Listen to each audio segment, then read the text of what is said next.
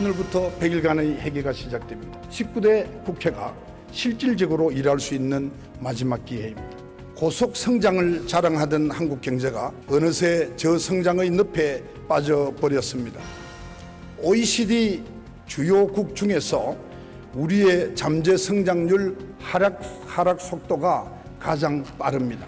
대기업, 중소기업 모두 이대로 무너지는 게 아닌지 걱정하고 있습니다. 10%를 넘는 청년 실업률은 IMF 위기 이후에 최고치라고 합니다. 우리 정치가 이 큰 구조적 전환기의 문을 따야 합니다. 지난주에는 전쟁이 우려될 정도로 우리 한반도의 군사적 긴장이 최고조에 달했으나 남과 북은 극적인 합의를 이끌어내었습니다. 이번 합의를 계기로 남북 관계를 새로운 무대로 옮겨가야 합니다. 우리 국회에서도 이산가족 상봉과 당국자 회담 등 남북 합의 사항들이 순조롭게 추진될 수 있도록 정부와 긴밀히 협조해 나갈 것입니다. 올해도 예산안은 헌법에 따라 12월 2일까지 반드시 처리해야 할 것입니다. 그러기 위해서는 국정감사, 예산안 심사 등 모든 일정이 정상적으로 순조롭게 진행되어야 합니다. 우리 모두 이번 정기국회에서 성공후사의 정신으로 참된 정치가의 모습을 보여줍시다.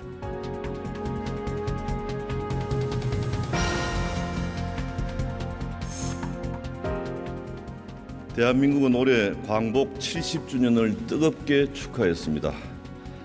가난과 폐허 속에서 세계 13위의 경제대국을 이룬 위대한 여정에 우리 스스로 자긍심을 느꼈고 세계도 경탄했습니다. 산업화와 민주화를 동시에 달성하면서 세계 최고 수준의 국민 역량을 지구촌에 널리 알렸습니다. 광복 이후 오로지 하면 된다, 잘 살아보세라면서 피와 땀과 눈물로 성공의 역사를 써오신 위대한 우리의 선배 세대들에게 무한한 존경과 감사를 드립니다.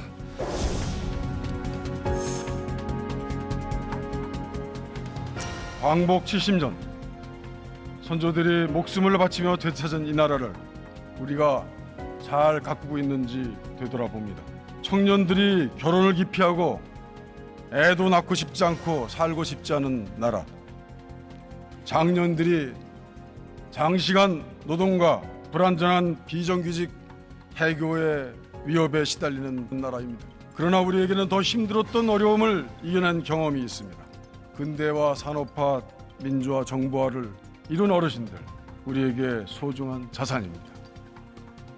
이제 이 자산을 바탕으로 다시 도약해야 합니다.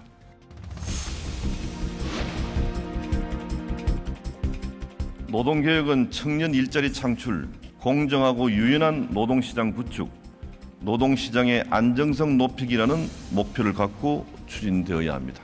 노동시장 선진화를 내용으로 하는 노동개혁은 사회 구성원 모두가 함께 잘 살고 미래 세대의 일자리를 만들기 위해서 추진하는 것입니다. 결코 정부와 여당만의 주도로 이루어져서는 안 되고 노사의 적극적인 참여와 야당과 국민의 전폭적인 지원이 모두 함께 해야 합니다. 노동계는 시장 유연성을 높이는 데 기여하고 경영계는 일자리 창출에 모범을 보이고 정부는 사회 안정망을 확충하는 데 최선을 다해야 합니다. 한국 사회 청년 비정규직 문제는 더 이상 악화되어서는 안 될 정도로 심각한 상황에 이르렀습니다. 향후 5년간 청년 고용 절벽의 현실화가 우려되는 지금은 전망이 아주 비관적입니다. 이제 노사정의 그 책임을 통감하고 청년 비정규직 문제 해결을 위해서 사회적 연대로서 힘을 모아야 할 때입니다. 특히 공기업을 포함해서 재기업, 재벌, 노사의 양보와 정부 정책의 전환이 그 출발점이 되어야 합니다. 따라서 청년 비정규직 고용 문제 해결을 위한 특단의 대책을 세우기 위해서 국회 내 사회적 기구 설치를 제안합니다. 대기업, 노사의 양보와 정규직 일자리 창출을 위한 정부 정책을 즉각 논의하십시다.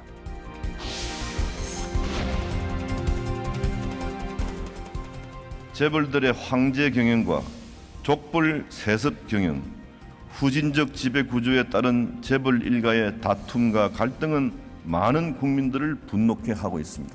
후진적인 지배 구조와 시장 지배력의 남용, 불공정 거래를 통해서 불법적으로 또는 편법적으로 부를 쌓는 재벌들의 행위가 절대 용납되어서는 안 됩니다.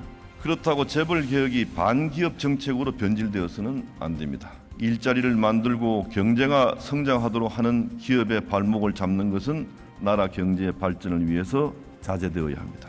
김대중 대통령이 당선자 시절에 1998년 1월과 2월 대기업 총수들과 기업구조개혁 5대 원칙을 합의했습니다. 재벌개혁 후속 3대 보완 대책을 선언했습니다. 5대 원칙은 기업 경영의 투명성 제고, 상호 채무 보증의 해소, 재무 구조의 개선, 핵심 역량 집중, 지배 주주 및 경영자의 책임성 확보였습니다. 그리고 3대 대책은 산업자본의 금융 지배 차단, 순환 출자와 부당한 내부 거래 억제, 변칙 상속의 차단이었습니다. 그러나 모두 흐지부지 됐습니다. 재벌도 용인했듯이 이 사회적 합의를 근거로 해서 김무성 대표께서도 공헌한 재벌 개혁을 논의하시면 되겠습니다.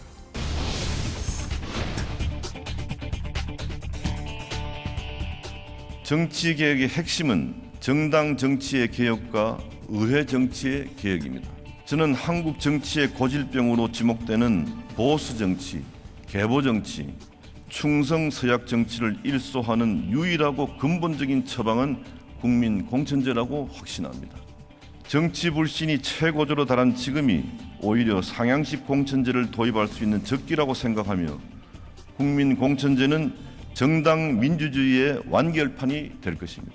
저는 문재인 대표께 정당 민주주의의 완결판, 정치 개혁의 요체인 국민 공천제 도입을 논의하기 위한 양당 대표회담을 열 것을 제안합니다.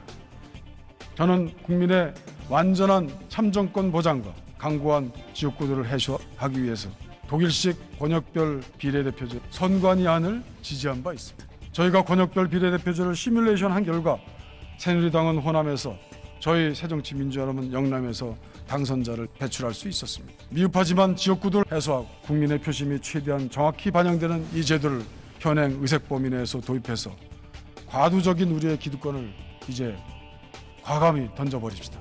여당이 주장하는 오픈 프라이머리를 포함해서 국민의 입장에서 권역별 비례대표를 논의하는 데 적극 나서겠습니다. 저는 여당 대표로서 국군 융성을 위해서 혼신의 힘을 다하겠습니다. 새누리당은 더불어 함께 사는 호영적 보수, 서민과 중산층의 삶을 먼저 챙기는 서민적 보수, 부정부패를 멀리하는 도덕적 보수, 약속은 반드시 지키는 책임지는 보수의 길로 나가겠습니다. 새누리당은 대한민국이 반드시 가야 할 새로운 길을 국민 여러분과 함께 나가겠습니다.